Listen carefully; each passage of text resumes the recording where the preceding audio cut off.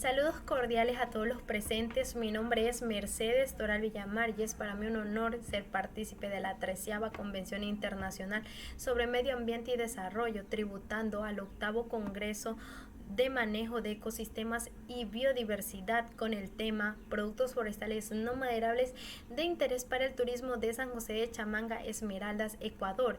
Este trabajo se ha venido realizando en colaboración con la doctora Sonia Rosete y el ingeniero Franklin Ping.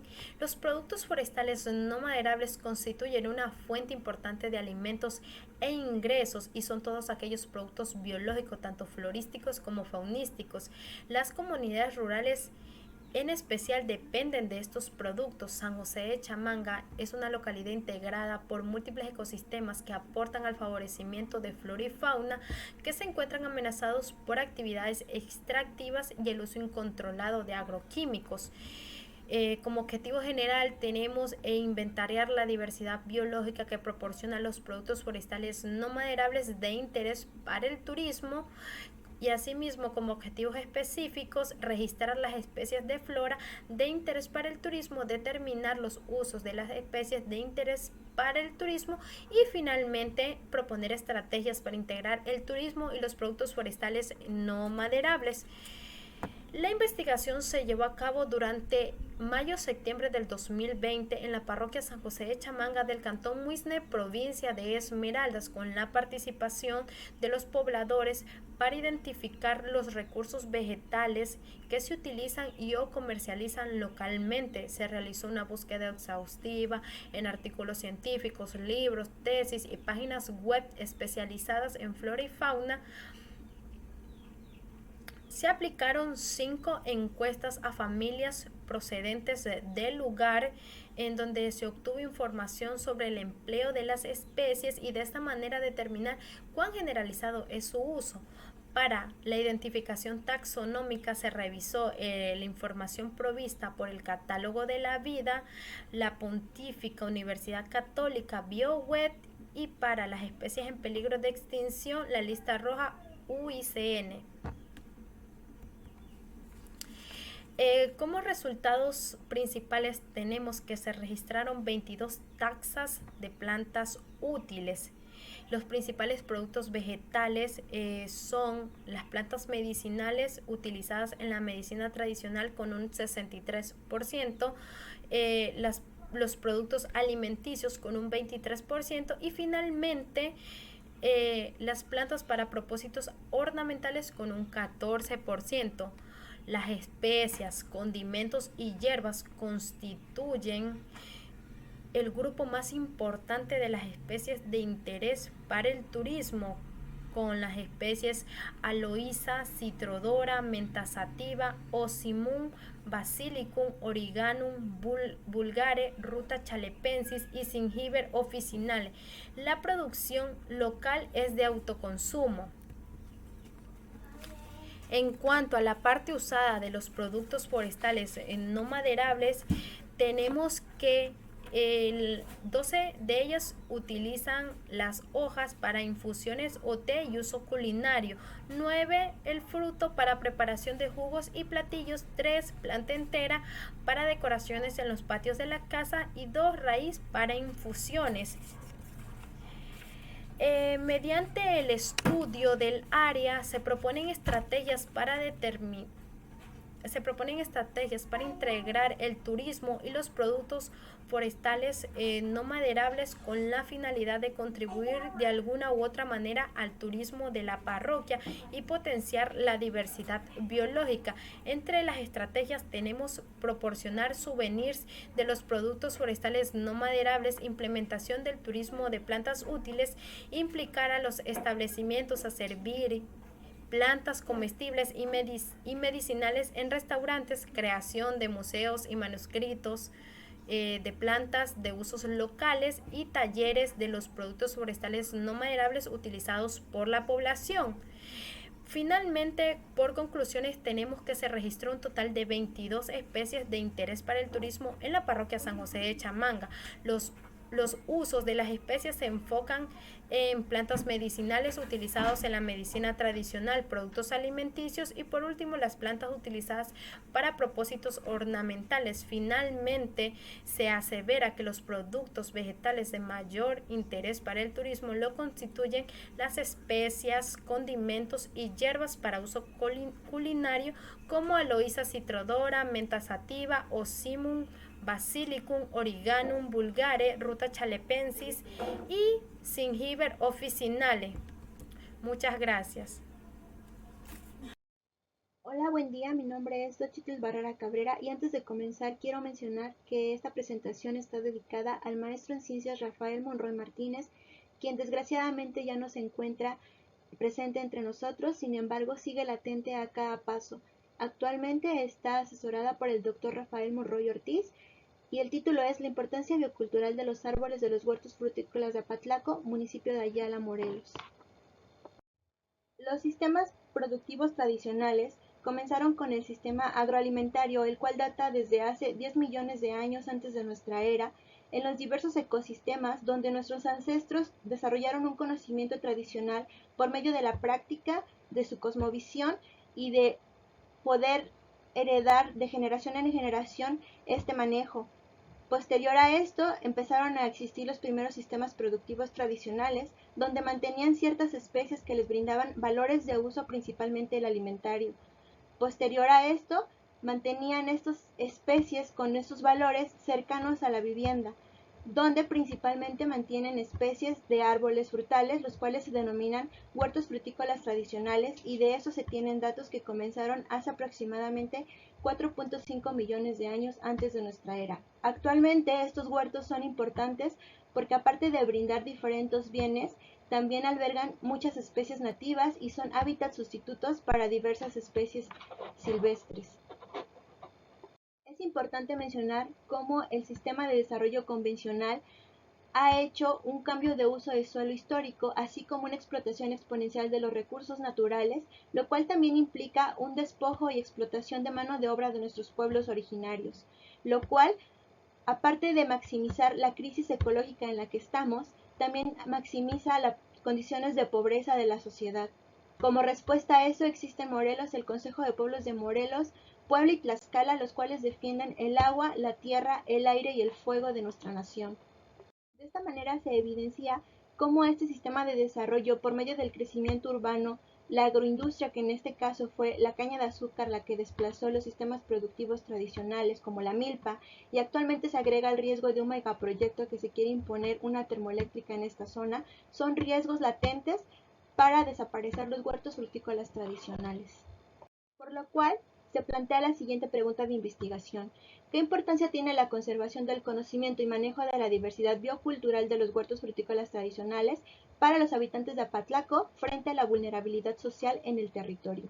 La hipótesis es que la importancia del conocimiento y manejo tradicional de la diversidad biocultural arbórea en estos sistemas productivos reside en que provee bienes que mitigan la pobreza de los habitantes del pueblo de Apatlaco frente a la vulnerabilidad social en el territorio.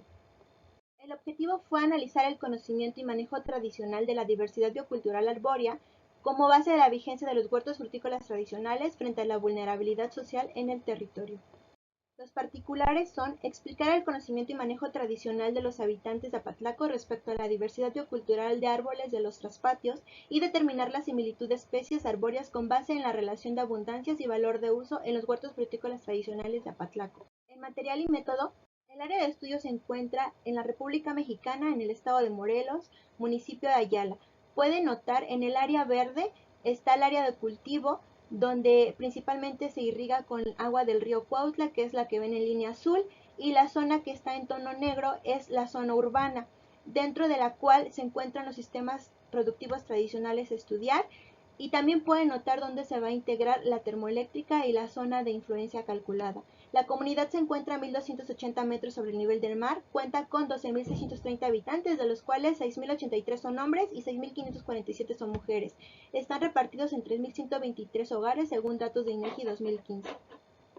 Las técnicas de investigación incluyen un enfoque etnobotánico donde se aplicaron entrevistas abiertas a los dueños de los huertos frutícolas tradicionales para acopiar el nombre común, valores de uso y el destino de la producción, así como un análisis ecológico donde se realizaron cuadrantes de 10 por 20 metros para determinar riqueza de especies, abundancias, densidad, diversidad, dominancias y similitud.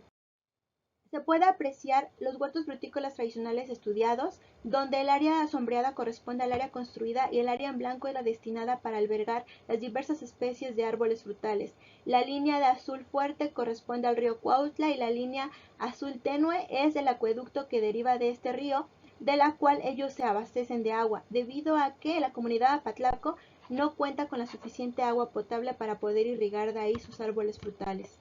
En los resultados, tenemos en los etnobotánicos entrevistas a 22 propietarios de los huertos que con una edad de 16 a 74 años, donde reconocen 37 especies de árboles con nombre vernáculo y los diversos valores de uso que se reportan son combinados. El destino de la producción, 26 especies son para autoabasto y 11 especies para autoabasto y mercadeo. Solamente es para ejemplificar cómo se colectaron los datos, donde se separaron por familia botánica, especie, nombre común, frecuencia de mención, es decir, cuántas veces fueron mencionados en cada uno de los huertos las diferentes especies, el origen siendo nativo o siendo especie exótica, los valores de uso, cuáles eran combinados, podrían ser alimentario, medicinal y combustible, ornamental, y el destino de producción va para autoabasto o autoabasto mercadeo. También se sacó el índice de valor de importancia cultural, se hizo una gráfica general para poder distinguir el porcentaje por valores de uso. Para alimentario combustible con un 43.2%, para alimentario medicinal y combustible 24.3%, para alimentario y ornamental 2.7%, solamente para ornamental 16.2% y para ornamental combustible 13.5%. En una separación de nativas y exóticas, el 43.2% de especies nativas corresponden para el valor de uso alimentario combustible y el 50% de especies exóticas para este mismo valor.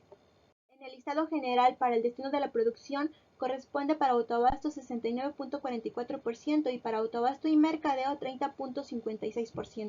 Al separarlas, las especies nativas corresponden en un 50% y 50% para autoabasto y mercadeo, y en las exóticas es el 85% para autoabasto y el 15% autoabasto y mercadeo. En los resultados ecológicos, tenemos también un listado general separado por familia botánica, nombre científico y el nombre vernáculo. Se hizo una gráfica para distinguir la abundancia relativa por especie, de las cuales las más abundantes son el mango, el limón, el aguacate y la guayaba. El índice de Shannon fue 2.93, lo cual indica una alta diversidad en comparación en condiciones naturales, debido a que el manejo social hace que en un espacio reducido tengamos una gran variedad de especies frutales. También se estimó el índice de valor de importancia ecológica por medio del diámetro a la altura de la base, diámetro a la altura del pecho y por cobertura, la cual se estima sumando la frecuencia relativa más la dominancia relativa por DAB, DAP o cobertura y la abundancia relativa. Se compararon los valores del índice de valor de importancia cultural y el índice de valor de importancia ecológica por DAB, de las cuales hay una relación significativa entre el aguacate y el mango, que son las especies más abundantes de los huertos. Y cabe resaltar que en la comparación por cobertura hubieron datos más relacionados respecto al aguacate y el mango y otras especies. Sin embargo, en las especies donde no existe alguna relación es debido al manejo que le da la sociedad, porque podan constantemente sus árboles para poder obtener leña de los mismos ramas que quitan. También se hizo un cladograma con base en el número de valores de uso, riqueza de especies y abundancias. El cladograma distingue un 44% de similitud para el limón, aguacate y mango, donde de esta manera se visibiliza cómo el conocimiento y el manejo tradicional sigue manteniendo por algún motivo estas especies en todos sus huertos. Datos que al compararse con otros estudios coinciden con que en su mayoría mantienen especies nativas, así como los valores de uso predominantes son alimentario, medicinal y combustible, es decir, para sobrevivir. Y la lógica de producción va dirigida principalmente para autoabasto o autoabasto y mercadeo, pero nunca solamente para mercadeo. También se puede mencionar cómo Ruenes y Montañés en Mesoamérica reporta que como es una zona maya, reportaron 17 especies nativas y 8 exóticas, de las cuales en las nativas coincidimos con guayaba, zapote, nanche, mamey, ciruela y aguacate. Cabe recalcar entre las conclusiones cómo en las entrevistas se puede evidenciar el conocimiento tradicional por medio del nombre común, los bienes de valores de uso y el destino de la producción para autoabasto principalmente, así como también cómo es que ellos definen la composición y estructura arbórea de sus huertos frutícolas tradicionales con base en el conocimiento y manejo tradicional. Y esto está basado principalmente porque le proveen bienes que mitigan a la pobreza de los habitantes del pueblo de Apatlaco. Y por lo tanto, es importante mencionar que esta investigación es útil para evidenciar la participación de estos huertos frutícolas tradicionales no solamente para la sociedad, sino también ecológicamente por la importancia que tiene, y estamos a favor de la reconversión de la agricultura convencional a los sistemas productivos tradicionales de los pueblos originarios. Gracias. Buenas a todos. El trabajo que le presento a continuación tiene como título El Corredor Biológico del Caribe, aporte desde Cuba Central. Quien les habla, el doctor en ciencias Ángel Arias Barreto, del Centro de Estudios y Servicios Ambientales de Villa Clara. Si tenemos en cuenta el objetivo general del Corredor Biológico del Caribe, resulta evidente que la integración y la cooperación es la clave para lograrlo. Pero esto no debe ser solo entre las islas del Caribe, sino que también dentro de dichas islas debe haber una integración y una colaboración muy fuerte entre las distintas instituciones que de una manera u otra aborden temáticas relacionadas con el corredor. Precisamente en este sentido fue que se iniciaron las conversaciones entre Bioeco como representante del corredor en Cuba y el Centro de Estudios y Servicios Ambientales de Villa Clara, buscando aquellas temáticas que desarrollaba el centro que podían ser de interés para el CBC y qué ayuda o en qué temáticas el Bioeco o el CBC podía aportar a los trabajos que también le interesan o que presente interés el centro para su desarrollo. Fue el grupo de las aves migratorias o los estudios referentes a las aves migratorias, en este caso específicamente las paseriformes, lo primero que llamó la atención y estrechó el vínculo e insertó el Centro de Estudios y Servicios Ambientales dentro del CBC. El CESAM venía realizando monitoreo utilizando redes de niebla en 28 puntos establecidos dentro del bosque siempre verde micrófilo de Cayo Santa María desde el 2011, aunque anteriormente ya se habían hecho algunos muestreos aislados. Y en el 2019 se realiza ya por primera vez una expedición donde participan también con el Centro Especialista de Bioeco y donde se comienzan a emplear los anillos de marcaje en las especies que se capturaban, cosa que no se había podido realizar anteriormente. En ese año se capturaron 1098 individuos entre los meses de abril, octubre y noviembre, agrupados en 44 especies, y para ese año se registraron 5 nuevas especies para el cayo. De hecho, entre estas 5 nuevas especies que se registran en el Cayo, aparece Oporornis agilis, que resulta el segundo registro para el país de esta especie y que precisamente el primer registro lo había realizado Bioeco en sus muestreos, en sus campañas de anillamiento. Posteriormente, en el año 2020 ya se continúa este tipo de muestreo, monitoreo, obteniéndose 937 capturas.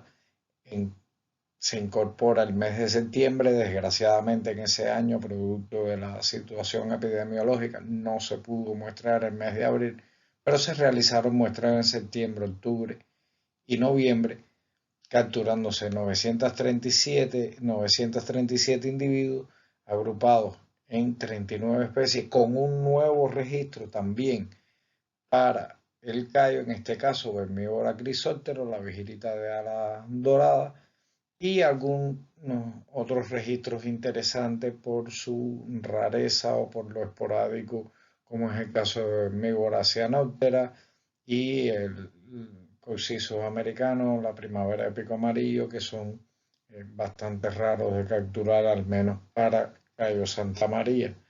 Este tipo de trabajo continúa en el presente año, pero precisamente producto de estos vínculos se decide establecer, y con el apoyo del CBC, establecer o tratar de abrir una nueva estación de anillamiento, en este caso en Bahía de Cádiz, que ya este año se pudo visitar el lugar, ya se situaron, ya se ubicaron los sitios de red, en este caso 14 sitios para ubicar redes de niebla.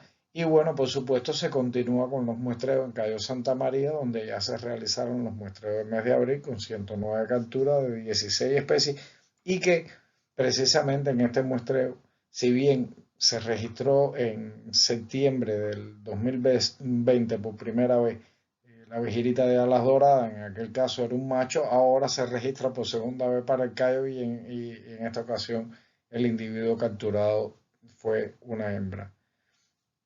A partir de este tipo de trabajo, por supuesto que se siguen buscando puntos en común, y el centro viene realizando desde hace varios años también los muestreos a las colonias de aves marinas que se encuentran o que nidifican en el área del Parque Nacional Los Caimanes.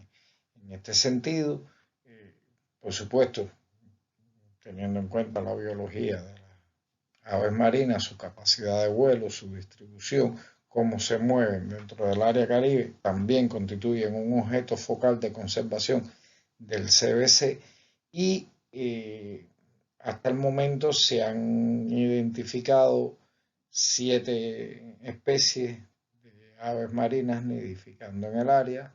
Las que mayores registros tienen o históricamente han tenido son el galleguito, Leucophaeus atricila, la esterna máxima o la gaviota real, el Onychoprion aneteto, la gaviota monja, y algunos registros más raros, más pequeños, es decir, de menor cantidad de individuos nidificando, como es el caso de los treros, como es el caso de la cachiporra, y la gaviotica también, que se ha visto esporádicamente nidificando en el área. Una vez iniciados ya los vínculos y estando incluidos los grupos de las aves, ya también se plantea para este año la inclusión del monitoreo de arrecife coralino, que viene también desarrollando el Centro de Estudios y Servicios Ambientales desde la época del Sabana Camagüey, o sea, año 2001, 2002, y en el cual hay establecido una serie de puntos donde se hacen muestreos pre y post blanqueamiento, se mide la intensidad del blanqueamiento a la vez que se van caracterizando cada uno de los arrecifes. Otro de los temas, los monitoreos, los puntos de contacto, y que también, al igual que los arrecifes, las aves marinas y las aves migratorias, son objeto de conservación, están los manglares. El centro desde hace un par de años se dio a la tarea, a raíz del paso del huracán Irma y las grandes afectaciones a los ecosistemas de manglar que se registraron, se dio a la tarea de realizar un monitoreo auxiliándose de imágenes satélite, por supuesto con comprobaciones de campo, donde se han venido obteniendo ya ciertos resultados. Se ha podido cuantificar el nivel de afectación, que aproximadamente en el año 2019 se cuantificaba aproximadamente en un 50% de los manglares se mantenían afectados, y consecutivamente se ha ido actualizando las imágenes satélite, procesando, y se ve que los efectos y el deterioro de los ecosistemas de manglar todavía no ha cesado, aunque ya empiezan a presentarse signos de recuperación, sobre todo en los alrededores de aquellas áreas que quedaron mejor conservadas con un nivel de afectación. Otra de las contribuciones del CESAN al Corredor Biológico del Caribe es el monitoreo del desove del pargo criollo, que se incorpora a partir de este año a los resultados comprometidos con ellos, y dichos monitoreos se realizan en el Parque Nacional Los Caimanes, donde hay identificado un importante sitio de reproducción de la especie, y bueno, ya en este año se han venido realizando ya los muestreos que deben tributar a proyecto. Esta era toda la información que teníamos y que podíamos transmitirle en el breve tiempo. Muchísimas gracias por su atención. Buen día, voy a presentar el trabajo de nombre El aporte alimentario de los árboles en los huertos establecidos por jornaleros migrantes en Morelos, México. El sistema actual capitalista ha causado empobrecimiento y migraciones de zonas indígenas y rurales hacia las periferias de los centros urbanos. Esto, a su vez, ocasiona un cambio de actividades económicas, pasando del sector primario al sector secundario y terciario. Sin embargo, estas poblaciones conservan el conocimiento tradicional, lo que les permite la implementación de huertos de traspatio a los nuevos sitios de asentamiento. De esta manera, estos huertos contribuyen a la subsistencia alimentaria a través de las especies que se manejan en estos espacios. Para ello tenemos el objetivo de describir el uso alimentario de las especies arbóreas que se encuentran presentes en los huertos de traspatio, particularmente en dos colonias, Alfredo B. Bonfil y Niños Héroes, que fueron fundadas por jornaleros migrantes en el sur del estado de Morelos. Por tanto, para poder cumplir con nuestro objetivo, desarrollamos el siguiente método. Nuestra área de estudio se encuentra ubicada en el centro sur del país, en el estado de Morelos, en colonias de dos municipios que se encuentran interconectadas por la cercanía. Estas colonias son de reciente creación y son áreas rurales, que fueron fundadas principalmente por migrantes de estados aledaños al estado de Morelos. Para obtener la información, realizamos 32 entrevistas abiertas a 24 propietarios de huertos de traspatio. En estos huertos hicimos el registro de las especies arbóreas y preguntamos el nombre común, la parte que se utiliza o se aprovecha y el destino de producción de lo que se obtiene de los árboles. La identificación de las especies la hicimos con base a los nombres comunes que nos proporcionaron los entrevistados, así como con bibliografía especializada y ayuda del curador del herbario UMU, el maestro Gabriel Flores. También se investigó si la especie es nativa o endémica. Asimismo, se investigó el manejo de las especies, si son silvestres y o cultivadas. Se calculó también el porcentaje de las familias con mayor número de géneros y especies que fueron registrados, así como los géneros con mayor número de especies. También calculamos la frecuencia de mención, esto a través del número de entrevistados que mencionaron una especie u otra. Como resultados y discusión obtuvimos lo siguiente. El 83% de los entrevistados son migrantes. De este porcentaje, el 85% provienen de comunidades indígenas del estado de Guerrero, particularmente de la región de la montaña. Y bueno, la principal razón por la que ellos migraron fue por cuestiones de seguridad, debido a que llegaron el narcotráfico a estos sitios, los despojaron de sus tierras y de sus pertenencias, además de que los obligaron a trabajar en los campos para ellos. Así también empezaron a abusar de las mujeres de estas comunidades, por lo tanto las familias decidieron salirse por seguridad de ellos. También mencionan que decidieron migrar debido a que buscaban mejores oportunidades laborales y algunos familiares les comentaban que en el estado de Morelos había bastante trabajo como jornaleros. Con todo esto, ellos pretendían mejorar las condiciones de vida tanto de ellos como las de su familia. Al llegar al estado de Morelos se emplearon como jornaleros, principalmente en la caña de azúcar o en los campos de cultivo de caña de azúcar, así como en los campos de hortaliza, y también se empezaron a emplear como obreros y comerciantes. En nuestros huertos registramos un total de 31 especies que pertenecen a 16 familias y 23 géneros. La familia que tuvo mayor número de géneros fue Fabaceae, y las familias que registraron un mayor número de especies fue Rutaceae, que registró 7 especies, Fabaceae con 6 y registramos Anonaceae con 3 especies. Los géneros con mayor número de especies fueron Citrus con 6 especies, Annona con 3 especies y Leucena con 2 especies. Las partes usadas o más aprovechadas por parte de los entrevistados son los frutos, ya que en 27 de las 31 especies es lo que más aprovechan. También podemos encontrar frutos en ciertas épocas o temporadas, como pasa con las espondias, que se caracterizan por dar frutos en la época de sequías, las perseas en época de lluvia, y bueno, también hay especies que podemos encontrar durante todo el año, como pasa con los cítricos. También se pueden aprovechar las hojas en 10 especies. En 2 especies la población aprovecha las flores, sobre todo como platillos típicos de la región de donde ellos son originarios. Asimismo, en 3 especies se pueden aprovechar las semillas, particularmente las leucenas. Y bueno, los frutos son utilizados no solamente en esta región, sino en otras áreas rurales, y es lo que más se aprovecha. Asimismo, una sola especie de arbóreo nos puede proporcionar frutos, hojas, flores y semillas que pueden ser aprovechados por estas comunidades.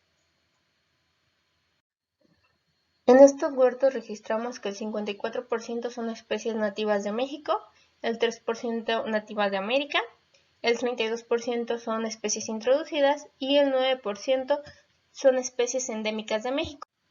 Estas especies son muy importantes, sobre todo para Morelos, porque es un estado que está creciendo bastante y se está urbanizando a un paso sumamente rápido. Por lo tanto, estos huertos contribuyen a la conservación de especies que son muy importantes culturalmente para México.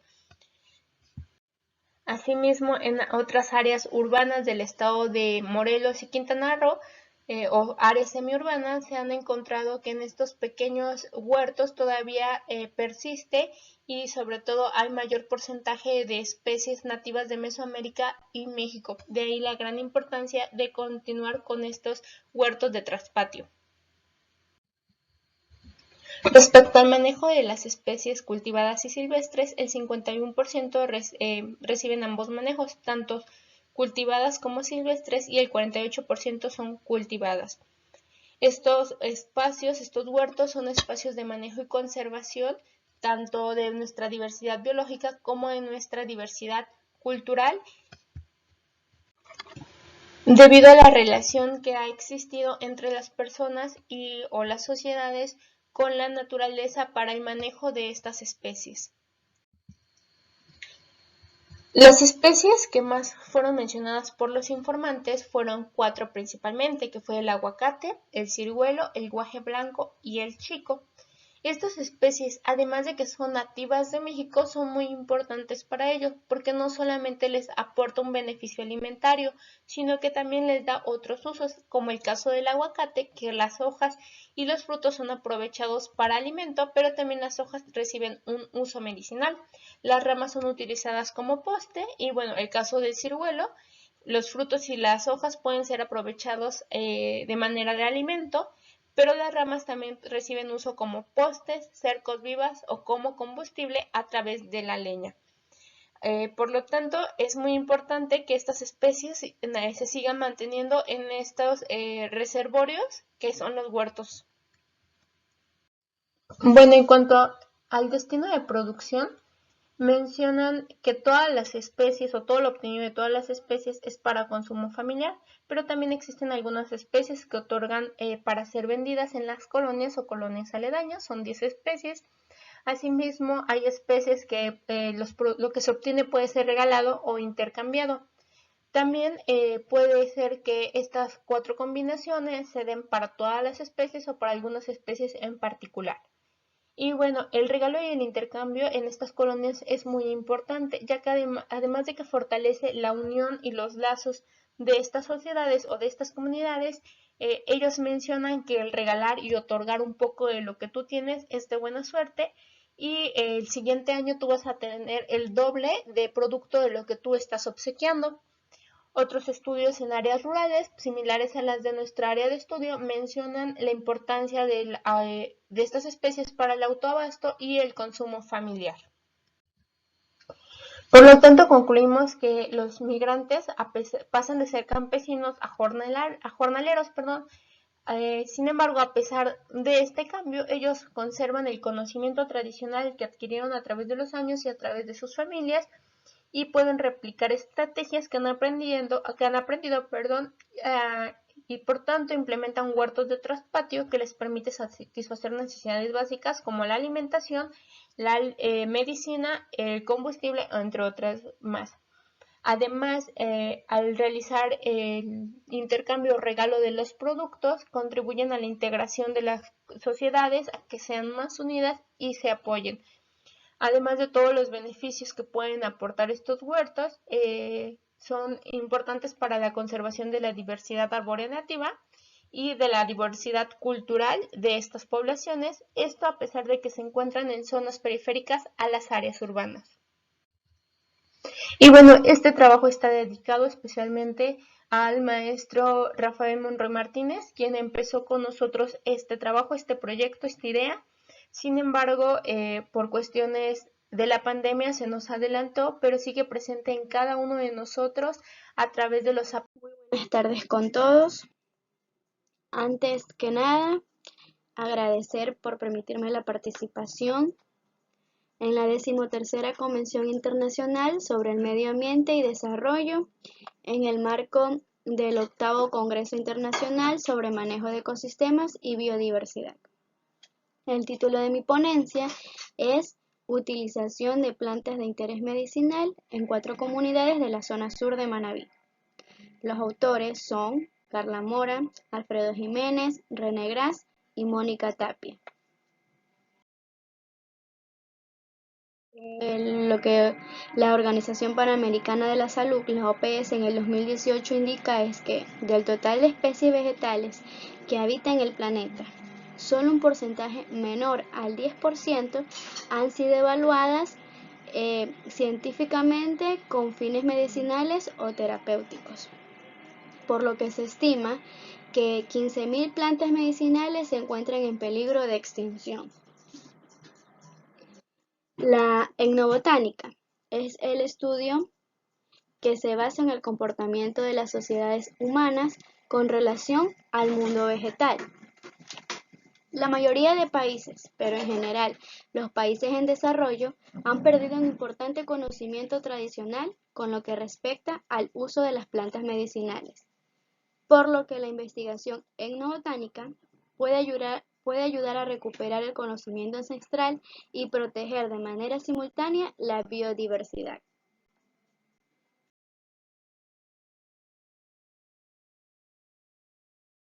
Este trabajo se presenta el objetivo de profundizar en el conocimiento sobre la utilización de las plantas de interés medicinal en las comunidades Membrillal, Julcuy, Pedro Pablo Gómez y Quimís de la provincia de Manabí, Ecuador.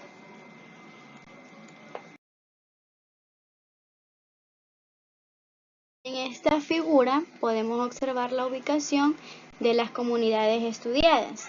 Tenemos a Membrillal, a Quimís, Julcuy y Pedro Pablo Gómez.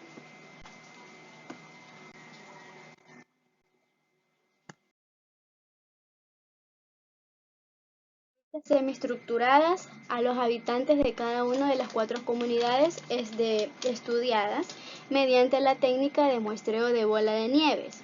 Esta técnica de muestreo de bola de nieve se basa en identificar por medio de los líderes de las comunidades a las personas que mayor conocimiento tradicional poseen. Por lo que la muestra por este trabajo no estuvo establecida bajo ningún criterio de edad, de sexo u ocupación. Esta metodología de bola de nieve fue aplicada por López y Fachelli en el 2017, también lo aplicaron recientemente en el 2020 Jiménez, Roset, Tapia, Castro, Fernández y Vélez. Para lo que respecta a las nomenclaturas de las especies de las floras citadas, esto se determinó mediante la revisión de la base de trópicos del Sistema de Información Botánica en el Jardín Botánico de Missouri y mediante el Catálogo de la Vida.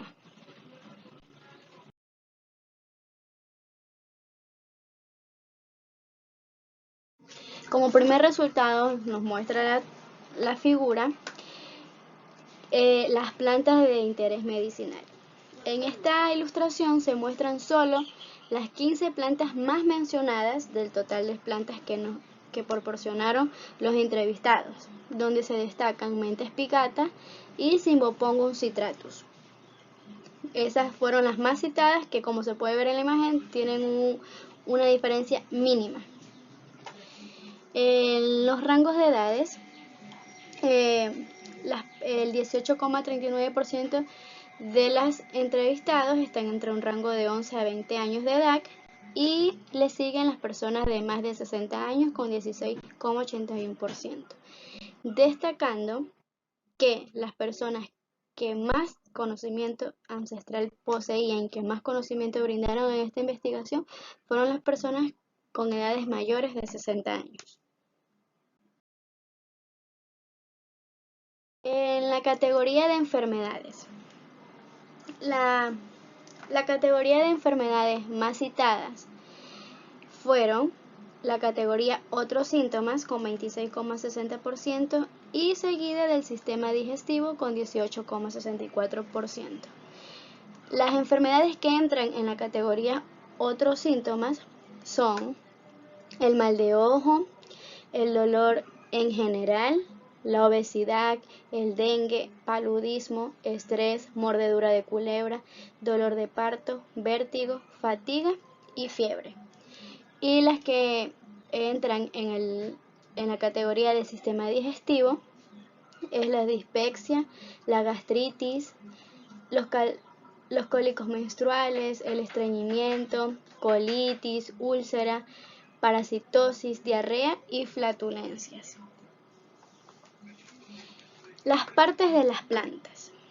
Las partes de las plantas más mencionadas por los entrevistados fueron las hojas. El 51,57% de las personas mencionaron las hojas, que son las que más utilizan para realizar sus curaciones, para curarse. Seguido del tallo y de la corteza y el tallo. 39,86% de los entrevistados mencionaron la infusión como uso. Y con menos porcentaje está el emplasto con 1,69%. ¿De dónde obtienen las personas, los entrevistados, sus plantas medicinales? Pues es de los patios o huertos caseros. El 58% de los entrevistados mencionaron a los patios o huertos caseros como el lugar de donde obtienen sus plantas. Esto se debe a que las personas las personas entrevistadas de las comunidades rurales son quienes ellos mismos producen sus plantas medicinales en sus casas.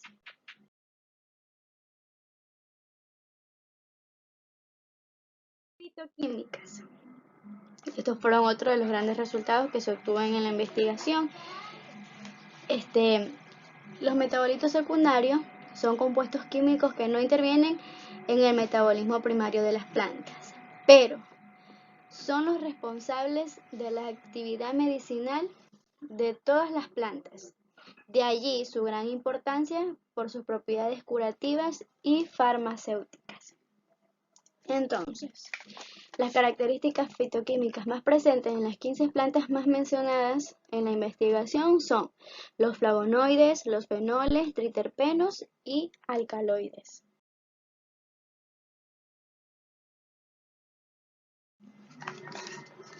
La Unión Internacional para la Conservación de la Naturaleza, UICN, las 15 especies más citadas en la investigación tienen un grado de menor preocupación. Se encuentran en el rango LC, que significa menor preocupación, a excepción de Ruta graveolens, Lipia micromera, Matricaria chamomilla, Moringa oleifera y Pisidium wahaba, que tienen datos deficientes. Los datos son deficientes con esas especies, lo que nos indica que las especies medicinales no tienen ningún problema de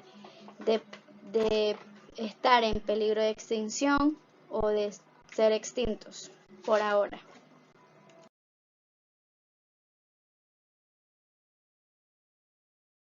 Muchas gracias por su atención.